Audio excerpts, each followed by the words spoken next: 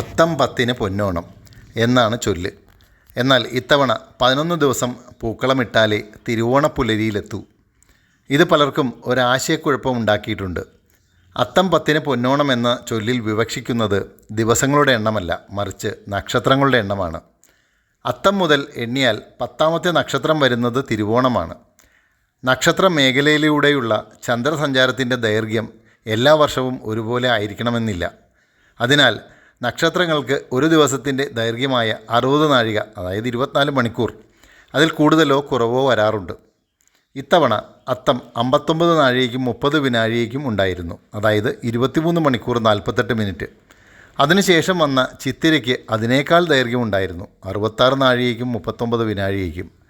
ഇതുപോലെ മറ്റ് നക്ഷത്രങ്ങൾക്കും ഇക്കുറി ദൈർഘ്യം കൂടി വന്നതിനാലാണ് ഇത്തവണ അത്തം മുതൽ തിരുവോണം വരെ 11 ദിവസം വേണ്ടി വന്നത്.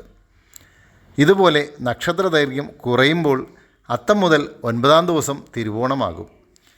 ജ്യോതിഷവിധിയിൽ തീയതികൾക്കോ ദിവസങ്ങളുടെ എണ്ണമോ അല്ല, മറിച്ച് നക്ഷത്രവും അതിൻ്റെ ദൈർഘ്യവും അടിസ്ഥാനമാക്കിയാണ് കണക്ക് കൂട്ടുന്നത്.